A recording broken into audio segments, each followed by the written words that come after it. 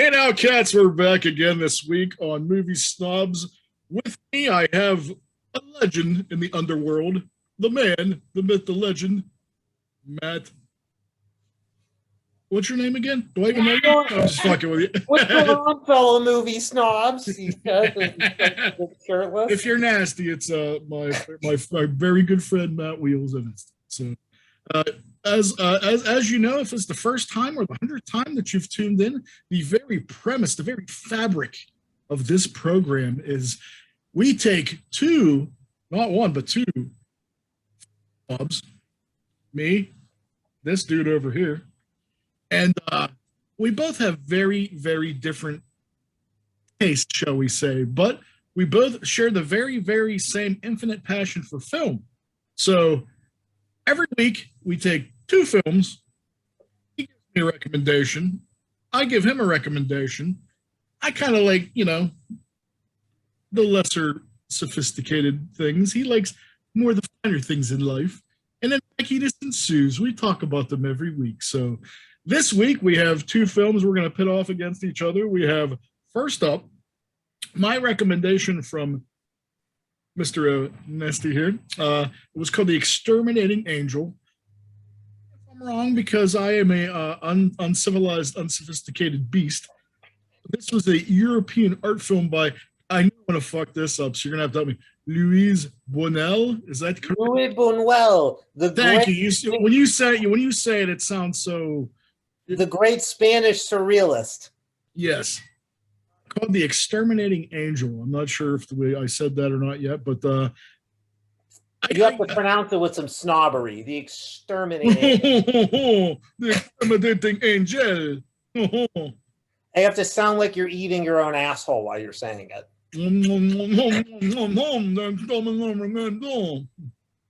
How's that? But anyway, I'm just gonna dig right in, Megs. We don't want to run out of. Dig right into this, Dick, because I'm very curious of what you thought of this movie. This is I am gonna first off say I finished it. Honestly, I finished it this afternoon, and I honestly say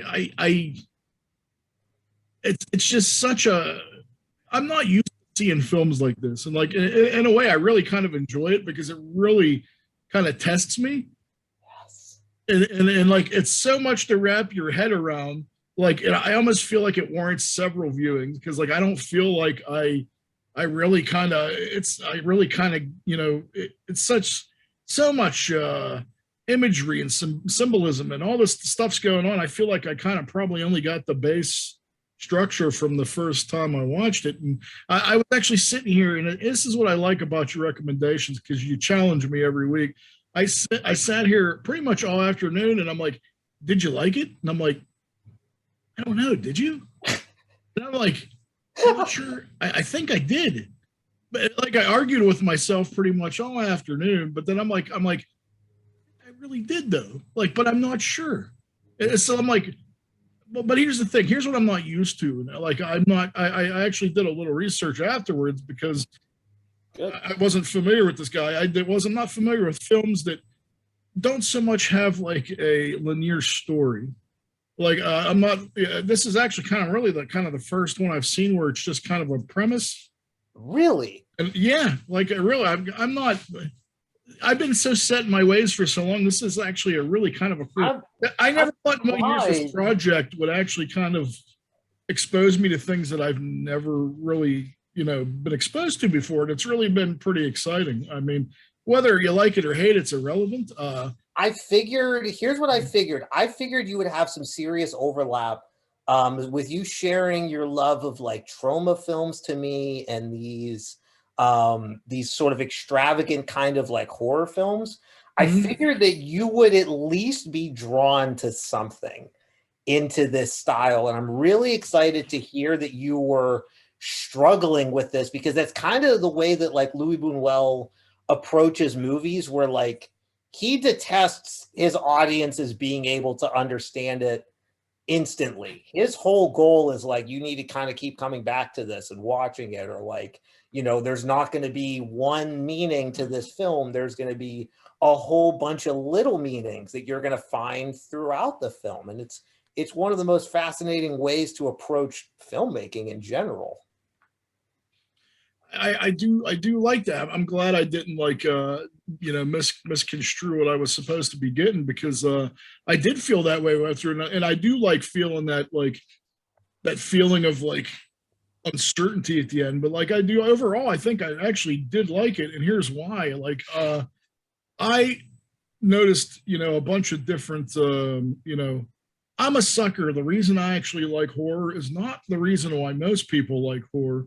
I like horror because most of the things that I like are morality tales. Like most people like horror because, like, oh, it's blood and guts and this and that. I like atmosphere and suspense. I mean, I like the slashers and all that shit as much as everyone else. But the things that I find most fascinating are morality tales where, people do bad shit and then there's retribution. So I mean, that's why I like that. And like I felt like this was kind of like a Twilight Zone episode. Like I'm a big fan of the original Zone, and it kind of gave me that vibe. So I really like that. And I tell you another thing I really liked was for a movie that's set in like very little locations. It did a really good job of feeling very claustrophobic. Like I mean, you're only you're in the room, and occasionally see what's going on outside the room, but a lot of people try to pull it off, and it's very difficult. And a film for like this age did an incredible. I mean, I actually felt kind of like locked in there with everybody else. Felt the part. By the end of the movie, you feel just as trapped. You Yeah. almost feel just as trapped as these like high society people are. You feel that you're degrading the same way that they're degrading. It's fascinating. He makes the audience a part of the movie. It is, and I mentioned morality tale, and I think the thing that most stood out for me was, and I mean, again, I mean, you could probably watch this movie and interpret it 50 different times, 50 different ways, which I think that's pretty cool in and of itself. But I think the thing that I took from it was I mean, tell me if you got this. Like, I almost felt like you get these elites going in there, like these high society upper crust people that are, rich fucks that think they're better than everybody else. And then, they're almost humbled, like it's almost, they're taught a lesson of humanity. And I like how it gets into fucking ethics and mob rule. And like, it's nice to see how like just that little seed gets planted and then everybody starts, it spreads like wildfire, and before you know it, they want to fucking kill the people that fucking threw the party. I mean, it's they're breaking down, they're blaming. These are the same people who, they're in a party and they're shitting on the lower class for being, savages, or they don't have the same morality that we do. And then, the moment they break their first social norm, everything comes down. They're trying to kill people. They're fighting over drugs. They're having sex in the closet. They're, breaks down into anarchy and debauchery almost instantly.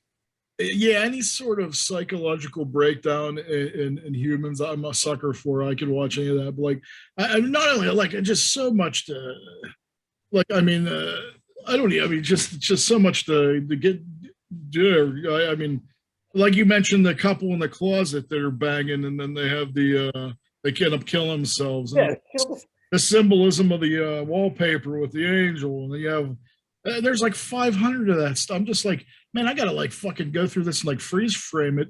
There's got to be so much stuff that you could just pick apart. And although that's what's cool about it too. A lot of that stuff might not even have been intended originally. It's what made what Buñuel. So surrealism is absolutely my favorite form of filmmaking. Just hands down, I'm a sucker for everything that Louis Buñuel does. I'm so happy that you like this, because now after we're done recording, I'm going to just give you every movie of his. Like Discreet Charm of the Bourgeoisie is like the opposite of this movie, where instead of them not being able to leave a room due to this sort of breakdown of social norms, not wanting to be the first person to leave the party, Discreet Charm of the Bourgeoisie is this high society class of people constantly trying to sit down for a meal and never being able to. They have all these terrible things going on around them and they're only concerned with eating. This dude has such an amazing filmography that is like constantly poking at hypocrisy, this high society, I kind of have an unfair advantage of this because I'm obsessed with the dude and his life.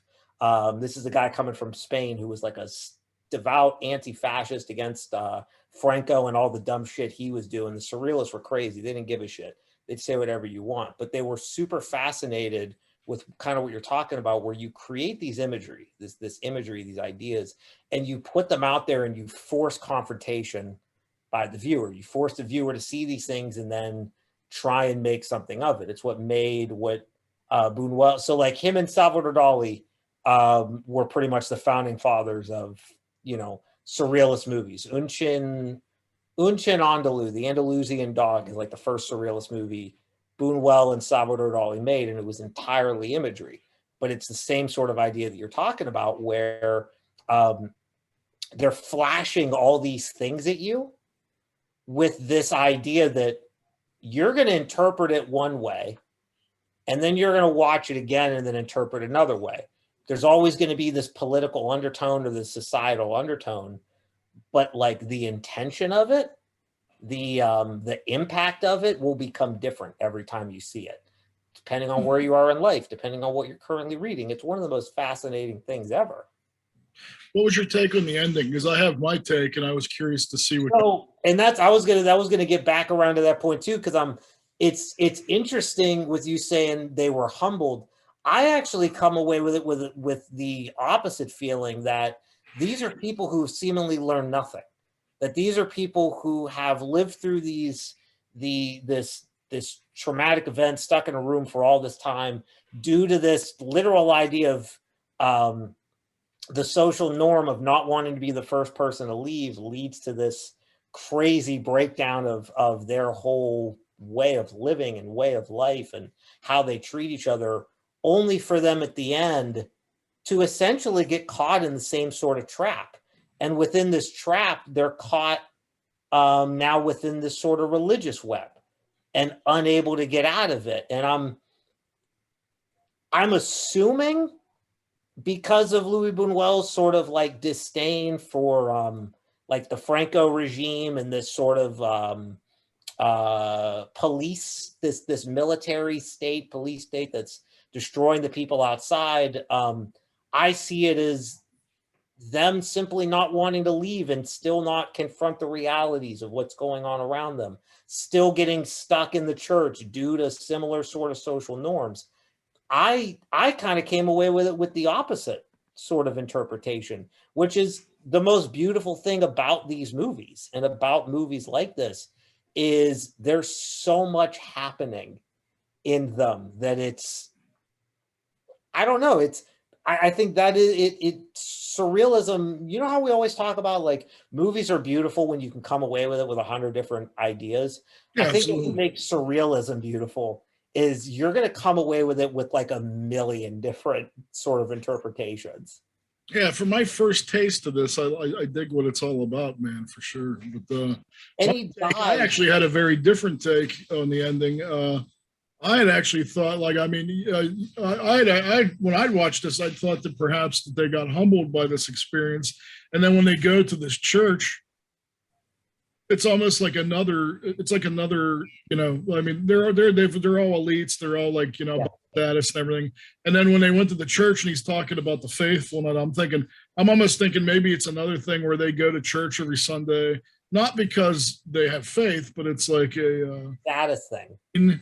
and stuff like that. So like, so I almost feel like it's another lesson trying to be taught, that like you're going to church just because you don't believe in religion, just to put on, you know, like a nice show or a routine. And then It's a status thing, and it's Yeah. not only that a status thing, but it's even exemplified in the, you know, the priest can't leave before the people can't leave before the priest. Everyone's there for the wrong reasons.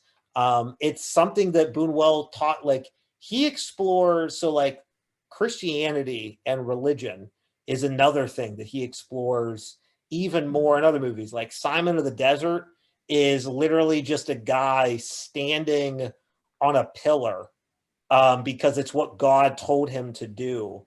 And he just stands on a pillar for this entire movie. It's an hour long. It's literally like a 60-minute movie. With you just saying it. It's one of those beautiful critiques of like idols, how we view idols, how we view our purpose.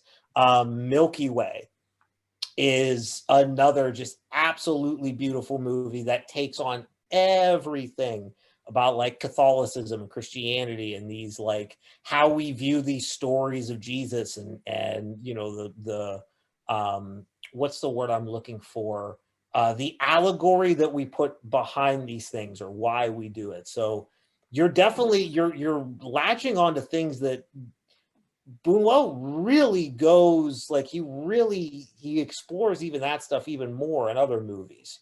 So it's awesome that like even you're seeing those critiques in the religion, in the society, in just what these people are doing. I'm really happy you brought up this point of these are people who may not be doing these things for the right reason. It's something that surrealism really lends its hand to, is this constantly wanting to point out crazy hypocrisy. And I mean, even think of like the scene in the beginning where these people are trying to talk about how good they are. And when the waiter falls and drops everything on the ground, they can't stop laughing. Everybody laughs at him. Yeah. He's pretty much a peon to them. Yeah, it's that's one of the main focuses of surrealism in general, is pointing out these constant hypocrisies that you see. It really borders sort of absurdism. It's just surrealism is way more confrontational than absurdism. Absurdism will let you go and walk away, and let me just worry about the ephemeral beauty. Surrealism's like, you want to go, motherfucker, let's go. That's how they go. I mean, these guys are nuts. Well, Wheels, I could tell you, man, if you would have asked me 6 months ago, even if I was a fan of surreal film, I would have looked at you like, you have three heads. But I have to say, man, I actually, like I wrestled with it all day, which I think is kind of incredible because, like, I'm such a cut and dry dude. Like, I either love it or I hate it. And I have such a strong, passionate opinion about that. Like, whenever I get these weird feelings downstairs, like it fucking totally it totally floors me, man. I kind of really been enjoying it. So I mean, yeah, man, I think I really liked it. So that makes me so happy to hear. I would definitely be open to seeing more for sure. I am so excited to just start pushing on to the world of like surrealist filmmaking and like styles. Like modern wise, if you've ever seen like a Yorgos Lanthimos movie, heavily inspired, which just for everybody listening, Yorgos Lanthimos, the Greek Freak, awesome. The Lobster and Killing of a Sacred Deer are amazing. And then to you balls, the movie Dogtooth, I think you would go nuts over. Is The Killing of a Sacred Deer, is that a newer film? Killing of a Sacred Deer, I want to say like 2015. I think I did see that. With Colin Farrell. I did see that. Yeah, I didn't realize that was that guy's work. Yeah, so you have kind of seen this stuff. You like that movie? So yeah. Yeah, I didn't think it was bad. It was all right. So here's the thing. If you liked Exterminating Angel and you kind of dug Killing of a Sacred Deer, now go and watch Dogtooth. It's in Greek. It's Yorgos Lanthimos, like one of his older movies. But it's literally about these two kids aren't allowed to leave their parents' house until they lose their dog teeth. That's the whole movie. That's interesting. It's insane. So I'm so happy I'm getting you into the world of surrealism now. I think you're really going to take to it. We've given each other gifts over this experiment, sir. I've given you the joy of schlock cinema, and you've given me the joy of surrealism. You gave me a really good gift this week. You gave me a really, really good gift for this week's. Oh, good. I was wondering what you thought. I was really hoping you'd dig it. You gave me a very wonderful film called Come to Daddy, starring the absolute greatest doe-eyed actor to ever live, Elijah Wood. I mean, what? Like, this dude. So coming off of us watching me showing you Green Street Hooligans and like everything we've been talking about, like Elijah Wood just hands down is like the king of kind-eyed psychopath. Like just absolutely so good at looking adorable and beautiful, and then all of a sudden, like halfway through the movie, flipping a switch and just going batshit crazy. This movie was awesome. Just a brief summary for everyone involved. Doughy-eyed Norville gets a letter from his dad. Hasn't seen him in about 30 years. You winds up going to his beach house off the beaten path and finds himself in just absolute bedlam and chaos. The initial guy he meets isn't really his dad. He's a guy who was in a what were they, in a gang, or they were robbers, and his dad ripped him off.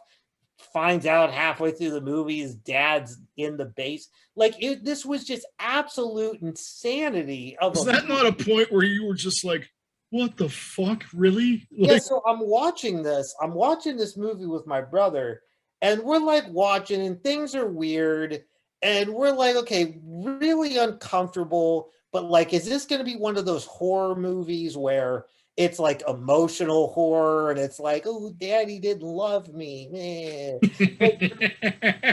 But then it starts to get like really fucking tense and dicey, and all of a sudden this dude's like trying to murder Elijah Wood, and we're like, holy shit.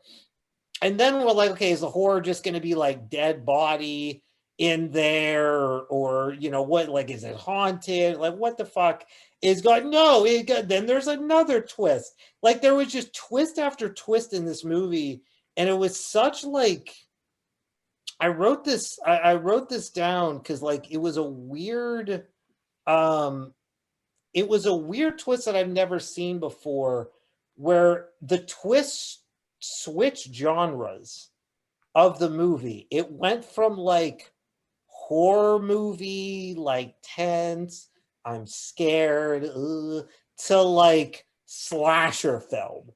That was like the great twist, is this immediately goes to slasher film, which was hilarious. And like, I'm even overlooking, like, while it was in its horror movie kind of phase, they were using like jump scares, but they were using jump scares as comedic punchlines. Yeah, that was almost blackly comic. Yeah, which was such a fascinating thing, and created such a cool tension. And then when it switched genres and goes to slasher film, it's still using the qualities of a slasher films as comedic punchlines. The ridiculous murders and stabbings that were going on in the hotel, to break his dad out of the chains, he's breaking his hands and shit, and then they look up and, oh, okay, you can just pull the cord. Yeah, I thought a lot of that shit was brilliant.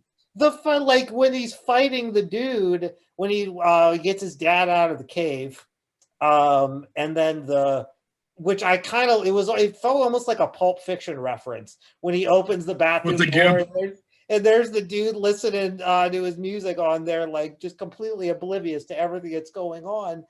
And this, like, a whole fight scene happens with toilet paper hanging out of this guy's asshole, and it just ends with his dick getting stabbed violently for what felt like 3 minutes.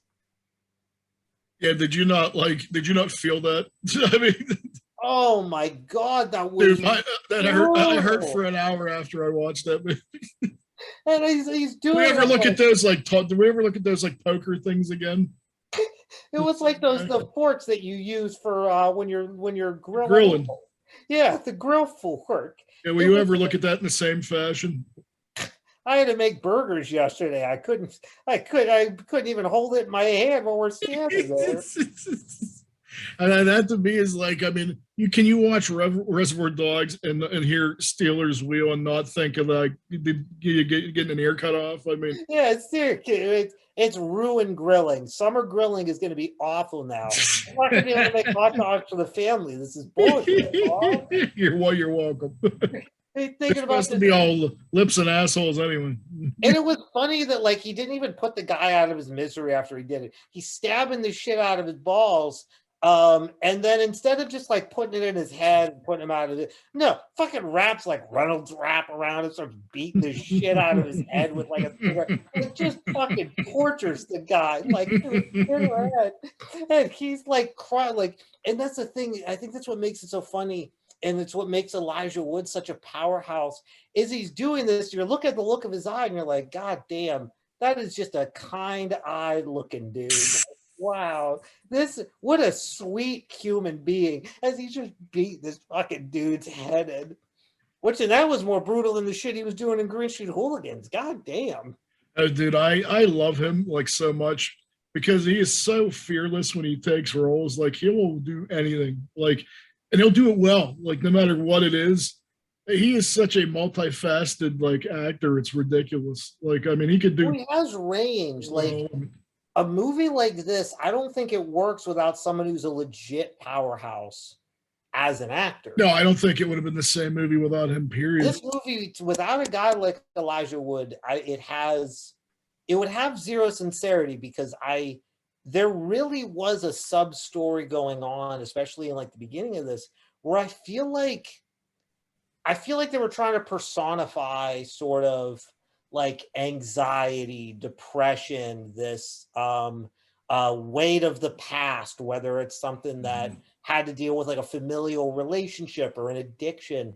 It was like actively personifying it, even up to the moment to where like like the not his dad, the fake dad dies, and he's like yelling at him he's yelling at him when he's in the body bag. He finally takes the drink and breaks his sobriety, and he's doing all this and without someone who's actually like a good actor, none of that actually works. None of that gets through. Like and I mean also I mean good, you know, to Ant Thompson who directed this, like absolute fucking hats off to him and to what Elijah Wood was doing, because I mean there was some serious emotion actually coming through with these characters of like, God damn, this is a sad dude. This is a guy who's struggling. This is a guy who just wants an answer from his father and could never get it. He couldn't get it from the first guy who wasn't his dad and shit. Even at the end, he's asking him, hey, why did you write that to me? Well, now he's dead. So you're never going to get that answer. Like shit was, and this is another really funny point to this movie, which I really, really liked. It was one of the most interesting uses of the father-son bonding experience, where the father-son bonding experience wasn't like a game of catch with his dad. It wasn't like, you know, him teaching you how to cook on the grill. It wasn't like him putting the tie on you and showing you. It was, you got to kill that guy, otherwise he's going to kill you. Come on, bash his head in. Come on, come get him. Come get him.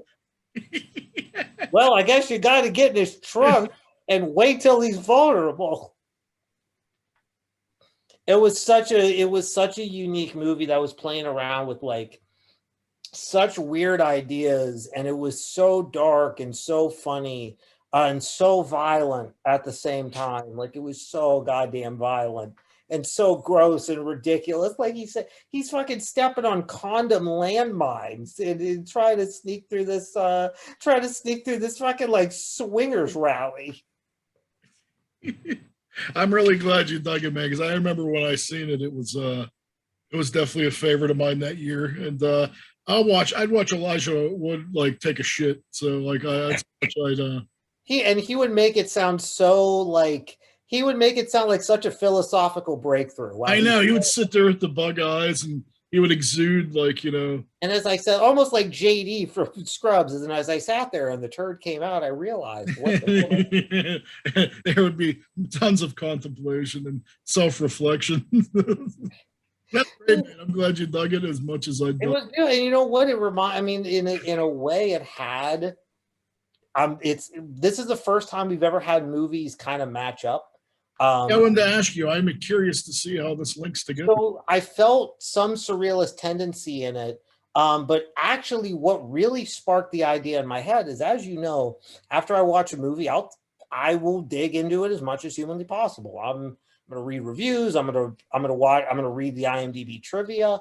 And there was a piece of IMDb trivia that stuck out to me like just hit me on the head. And the only reason I connected is from Boonwell's autobiography. Apparently, Come to Daddy was heavily inspired Ann Thompson.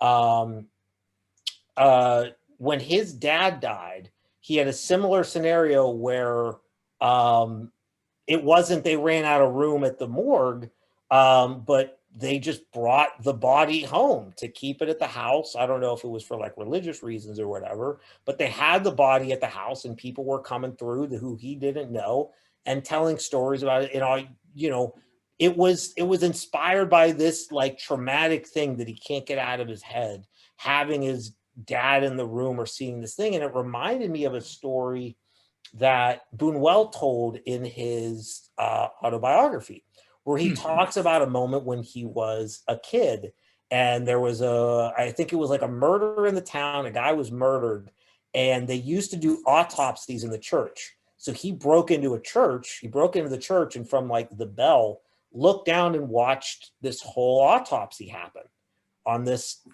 guy's body, ripping out like organs, ripping out, whatever, like from his body, cutting him open, cut like all that shit.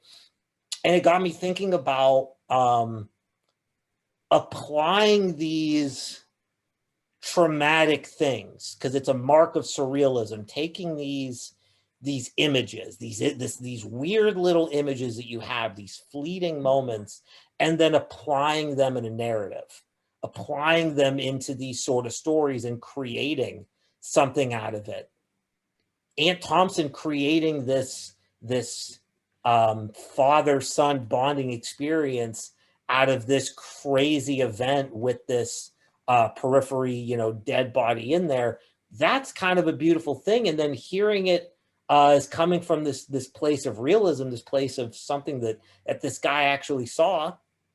It reminds me of what Boonwell does and how he does it and how he approaches it. And I thought that was a really cool thing to kind of see. And it's surprising to me because normally you and I, we're recommending stuff to each other that's like really far apart. And I think it's interesting that this time, without us even realizing it, we kind of gave each other something that was weirdly close together, that had some similarities, what I thought was pretty cool. Great minds think alike, sir. But see, and that's the interesting thing, and that's why this is so cool, because even though we have these like crazy different views on like what we watch, what we enjoy, we do have this like this deep personal connection on what we find enjoyable in movies. And even with us recommending shit to each other that we don't think, oh yeah, you may not ever take to it, there's always going to be something there that we're gonna find, that we're gonna find some sort of connection to, and I think that's really cool. Yeah, man, I've been super digging this experiment, as I call it. I love how things have been going, and I couldn't put it better, man. So thank you very much, Wheels. I think we should wrap this up before Zoom cuts us off. But yeah, these motherfuckers, everybody here watching, you know how long we can fucking talk for, and Zoom is ruining it. God damn it. Yeah, man. Everyone write a letter to Zoom right now and say, we want Movie Snobz to go on for literally as long as humanly possible for free. They aren't paying shit. Yeah, man, at least be a sponsor or something if you're going to cut. Seriously. Jeez, you can't cut off the long-winded. That's heresy. So if we can get all the snobomaniacs to make a coordinated campaign. Or if you even want to do a GoFundMe, please do. I won't get the whole thing if you want to hear us incessantly babble about film to the end of time till the cows come home. Well, hopefully these movies are getting through to you guys too, watching this stuff and maybe it's going to help you maybe broaden your horizons. And if it can get through a big thick head like mine, it could surely get through our audience. So I'm a customer, Wheels, and you've been actually really turning me on to some cool shit lately. So we're going to keep doing it, balls. I'm going to keep turning you on, baby. Oh, you always turn me on, Oh, buddy. Come you on. do it. Oh, yeah. Oh, yeah. Oh, my goodness. Well, I don't want to get flagged. I don't want to get flagged for nudity on. Is it cold over there? Looks like the turkey's done. Ding. On that note. Love you, balls. Love you too, brother. Peace and love, everybody. Make sure you tune in next time. This is Balls. And I'm Matt Onesti. And we are the Movie Snobz. See you next time.